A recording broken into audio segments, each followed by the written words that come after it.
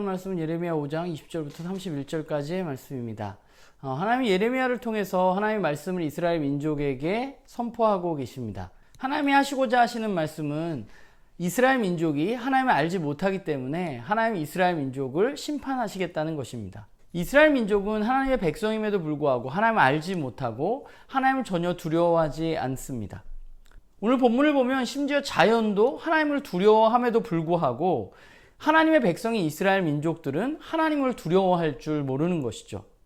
그들은 자기 멋대로이고 하나님을 배반했고 또한 하나님을 인정하지도 않습니다. 그들은 하나님이 온 세상의 주관자가 되신다는 사실을 잊고 살아가는 사람들입니다. 그러면 하나님을 알지 못하고 하나님을 두려워하지도 않는 그들에게 어떤 일들이 일어나는가 생각해 보면 자기 멋대로 하면 꽤 괜찮게 살아야 하는데 오늘 본문을 보면 그들은 스스로 덫을 놓아서 사람들을 잡는다고 표현하고 있습니다. 서로를 속이고 모두가 각자의 이익을 위해서 행동하다 보니까 힘이 없는 사람들은 이 가운데 괴롭힘을 받을 수밖에 없는 세상을 그들이 만들어 놓은 것이죠. 사람이 사람을 사람으로 대하지 않고 자신의 이익을 위한 도구로 대하는 세상이 바로 지금 이스라엘 민족이 살아가고 있는 세상입니다. 그 일이 다른 사람에게도 아니라 하나님의 백성에게서 지금 나타나고 있는 것이죠.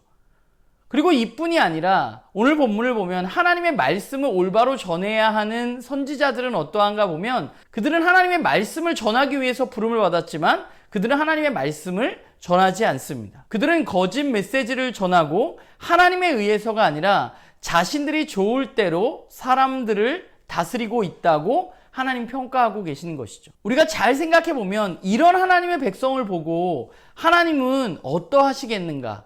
하나님 그냥 내버려 두실 수 있는 것인가 생각해 본다면 오늘 하나님의 이스라엘을 향한 심판은 어쩌면 너무도 정당한 심판이라는 생각이 들게 됩니다.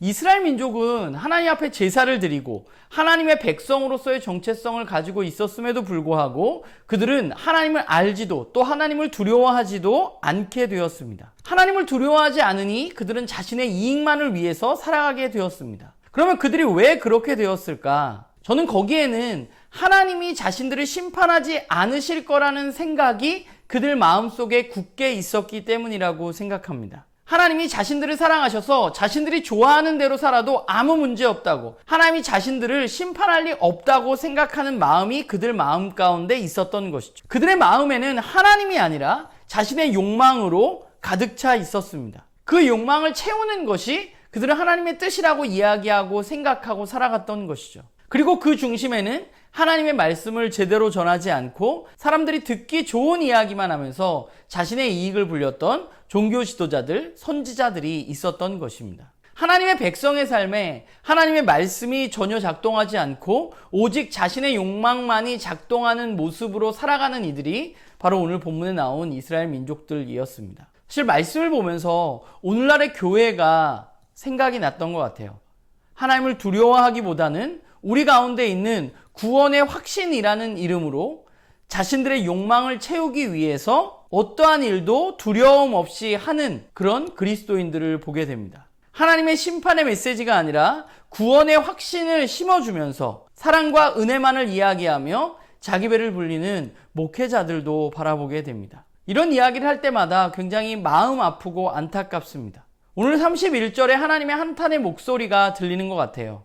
마지막에는 너희가 어찌하려고 하느냐, 이 이야기가 오늘 우리들의 마음에 좀 새겨졌으면 좋겠습니다. 하나님은 사랑과 은혜의 하나님이시지만 그러나 심판의 하나님이시기도 하십니다. 오늘 우리는 하나님의 말씀 앞에 우리의 삶에 문제가 있다면 바로 잡아야만 합니다.